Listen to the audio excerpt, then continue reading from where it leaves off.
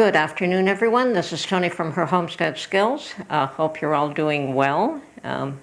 I have, if you've watched my last video, you know that I have been working on making a skirt, and I decided to stop and go out and buy some lining material. If you're going to go through the cost, the effort, and it is work. So my feeling is if I was going to go into the effort of making this, certainly I could make the skirt without a liner, but it's so much nicer with lining material, and having a lined skirt is much better quality than one that isn't. So I decided to stop and go and research and see if I could find some lining material from a thrift store, and I was actually quite fortunate enough to do so. I thought it was a little bit on the red side as opposed to wine colored, but it turned out to be a really good match when I brought it home. I forgot to take a snippet of fabric out with me, which is what I had intended to do, but I guess I just, you know, on your way out, you forget to do certain things, and that is the one thing that I forgot to do. Now, I also have a few zippers in-house, and I have black ones, I have gray ones, I have off-white, and I have a little red one. Now, the red one I think is a little too red. I'm still hesitant to use that one for this skirt. I may just go out and buy a wine-colored zipper and put it in. And for that, I'll probably have to pay full price for it. I have looked for zippers as well, and you know, sometimes you can find things at thrift stores, and other times when you want them you can't. So it's either I go out and buy the zipper, use my red one, or put the skirt aside and finish it off another day, and I don't intend to do that. I hate having UFOs, and if you don't know what a UFO is, it's an unfinished object. It's a term that's very well used in the quilting world. A lot of people have what they call a lot of UFOs, where they make a quilt top and never actually finish binding it, layering it and binding it, so it's considered a UFO. I have more than enough material there to make a couple of skirts, maybe even 3. But I did find that there was a flaw in the fabric to one side of it. Now, when I cut my panels for my skirt, I initially cut 5 panels. It needed 6. And when I started to put them together, I realized that one of the panels had a flaw in the fabric. And I could have used it, but once again, you're going to go through this effort, and I have lots of fabric. Why bother? So I tossed it aside and cut the, well, I needed 2 panels at that point, 2 extra ones, because I needed 6 total. And yeah, I was very careful now. I know exactly where the flaw is in the fabric, and I still have lots of it. So put that aside. Don't use it. Obviously, that's why that particular bolt of fabric was at the thrift store, because it did have a flaw. And that's fine, as long as you have enough of it that you can not use that piece. I think when stores are selling fabric, they can't sell it when you have that problem, because people will complain. So in the thrift stores, you get what you what's there, and that's all there is to it. It's, whether it's broken, whatever the case is, whether it works or doesn't work, I don't think that you can bring it back often. As a matter of fact, even electrical items, they have electrical bars on the wall where you can test it to see if something works or not. I'm very reluctant to buy electrical products from the thrift store. There's a lot of things that I'm reluctant to buy, but obviously they do move, so people do buy them. So to each their own. I don't fault anyone for buying anything. It's that I have things that I'm comfortable with and things that I'm not comfortable with. Okay, so making the skirts was one way to say, okay, well, this is a skill that I do have, make use of it, develop it. Now, I am not bad at sewing. I'm great at using a machine. I love machine sewing. I envy anyone that can do hand sewing. I hate hand sewing. These beautiful quilts that I've seen where the ladies did all this lovely handwork, and it could have taken them years to finish one quilt. I never had the patience for that. Never had the patience for it. I could whip up a queen-size log cabin quilt top in no time at all with a machine. And yeah, it does a zip right through the thing, and I'm just, yeah, I want to see the finished product. I don't want to sit there and fidget and fidget and fidget. It's just, I don't have it in me. So I can do certain things with a machine. I can sew basic things. I can sew skirts and dresses and pants. I've never tried to do anything as complicated as making a coat or a jacket. I probably could. I've never felt the desire to make those. So, and skirts, aprons, very easy, very quick to make. So yeah, I don't have an issue pulling out my machine and doing something there with that. I also envy a skill that I've seen that my mother-in-law had, and that is to darn socks or darn woolen things where you can mend a hole and patch it up so that you don't even know there was a flaw there. I've had the odd time where Mark has asked me, can you patch this up for me? And yeah, I can. I don't think I'm qualified to do it in such a manner that it doesn't show. It may not be bad, but I can see it. I know where I've done the mending job. It doesn't disappear for me, but it's close enough in most cases. And yes, having the ability to hem skirts, hem pants, mend clothing is important, even if that's the only reason that you learn to sew. It is a good thing to be able to do. Making things like curtains, pretty easy. So yeah, there are things that you can do that can save you a lot of money. Cushion covers, you know, a lot of these things are fairly easy to do. Any skill that you can learn is a good skill to have. You may find that some skills are more valuable than others. Certainly cooking from scratch is a good one. Learning how to bake bread, learning how to, make pasta, no big deal, it's pretty easy. Making bread is pretty easy. It's not complex. And you know what? I think when I started to cook from scratch and I noticed that you can buy, let me put it to you this way. I used to buy cake mixes from the store when I first was a youngster, and I'd look at it and okay, well you have to add eggs and you have to add milk and you have to add this and you have to add that, and why am I buying a cake mix when all these ingredients, and you can add one or two more ingredients, your flour, your baking soda, or your baking powder, and you don't have to spend the money on a cake mix. So I thought, well, you know, even pancake mix, you can whip up your own pancake mix, no problem. It's not that difficult to do.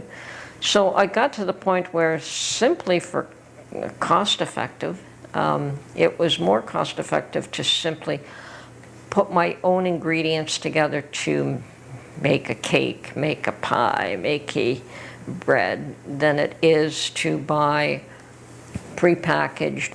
Learning to make use of what you have and perhaps learning to do without sometimes is also not a bad thing to do. I mean, during the Depression era, I think that people learned to do without more than they learned to do with. So they learned how to cook without certain ingredients or substituting other ingredients, and perhaps things were not as lovely as they would have liked them to be. Maybe they were even better. Hard to say. But and diets perhaps were not as complex as they are today. I mean, everything is available to us today, but learning to grow your own food as much as you possibly can. I'm not in a position where I could keep animals, and I don't know that I would want to at this point in my life. I may keep a few chickens, but I doubt I would keep more than that. Now, is there value in learning how to look after animals, keep chickens and goats and larger animals than that if necessary, or if you have a desire to? Sure there is.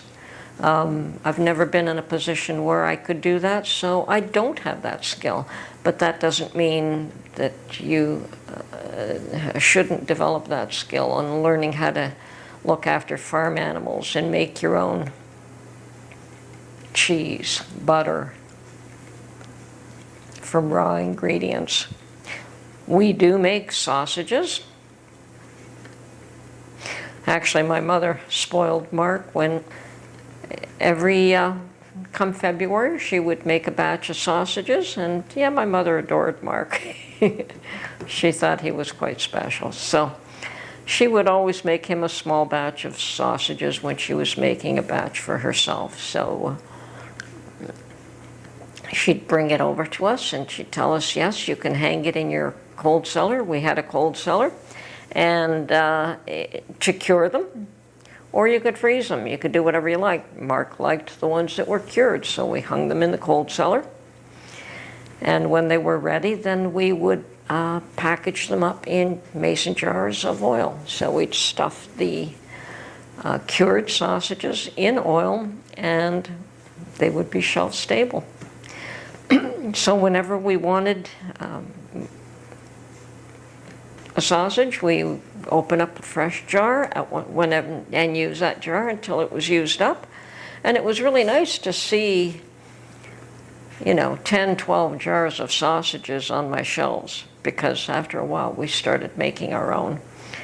And, unfortunately, when my mom was no longer there to make them for us, Mark decided he still wanted sausages. And we found somebody that taught us how to make them. And it's not that complex. None of these things are hard to do. It's a matter of the willingness to do them. Now, we've never gotten around to making things like prosciutto, which is a little more complex, and it takes a long time. But sausages are fairly simple. And you could either freeze them or you could cure them. And we've done both. Now, this year we plan to make some more sausages. Unfortunately, we will only be able to freeze them because we don't have the facilities to hang them to cure them anymore. But that's fine. All of these skills are good and helpful. Sewing, cooking, baking, making cheese. I'd still love, learning how to make a hard cheese would be interesting. I've never done that. That's something else I should learn to do. And Mark has skills that are more what he calls the blue jobs, where he's done insulation work, roof insulation work. He's put a new roof on a home. He can do drywall. I think he hates taping though. He can do plumbing, and he can do electrical, and he can do a lot of these things that, and he has no issue putting his hand to doing something and completing that job. So, comes in handy when you have a home and you have things that break down, and you need a quick fix. Someone who's willing to work at it and to fix it. It could save you a lot of money. He also knows how to work on cars. Now, cars are a lot more complicated today than what they used to be, what with all the computer this and computer that. But he has rebuilt an engine in the past, and that's something that I don't know that I'd want to do in this day and age. But Yeah, doing minor jobs like changing brakes and changing oil and those sorts of things, those are not that complex. Once again, not a job that I would take on, but he's never been afraid to take on those kind of jobs. So it certainly helps. So any skills, I mean, he's got his blue job skills and I've got my pink job skills, as he calls them. But sometimes they intertwine. I mean, I've always done all the gardening, and some people could consider that a little too heavy for a woman to do, all the shovel work, but I've actually enjoyed digging in the dirt with a shovel and turning the dirt. Now that's something in our society and the society I grew up in, the men would turn the soil. That's not where Mark, so he never bothered with that. But when I wanted him to put up fencing and put up posts, he was quite willing to be helpful there. But, and I'll admit that one time I wanted a goldfish pond. And I started to dig one, and I don't think I could get down below a foot because the soil was too hard. And he got down there and he dug a pond for me that was 3 feet deep. Wow. And the goldfish would survive even in our cold winters because the pond was that deep. And for fun, we got this great big huge rock, and he chiseled out a hole in this rock and he created a waterfall. So yeah, he enjoyed doing that kind of stuff. But to actually turn a garden to plant stuff, he wasn't all that keen on. And I didn't mind doing it anyway, so there was no issue there. So yes, learn all the skills you can.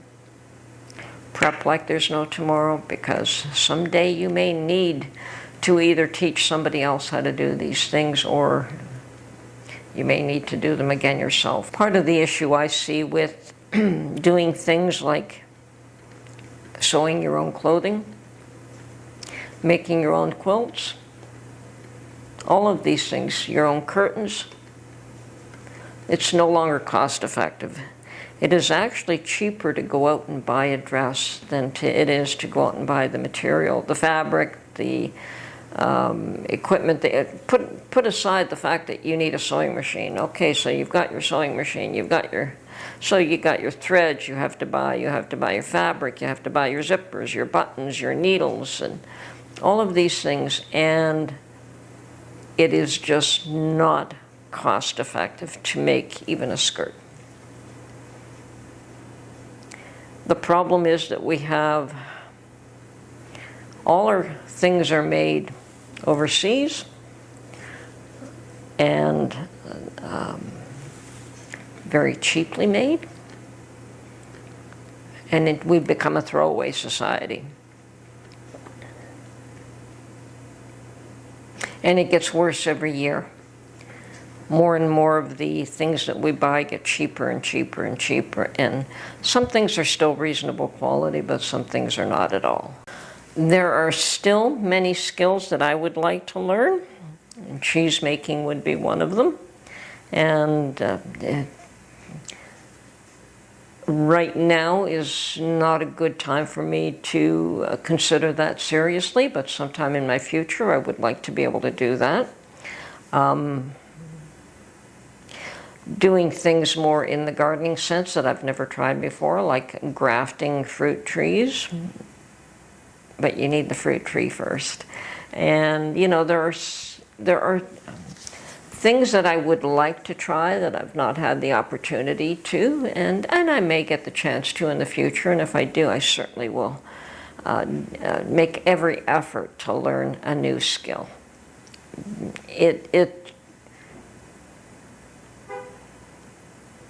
There is value to not stagnating. And there's no reason to. You can always learn something new every day. Anyway, this is Tony from her Homestead Skills. Prep like there's no tomorrow. You may need to.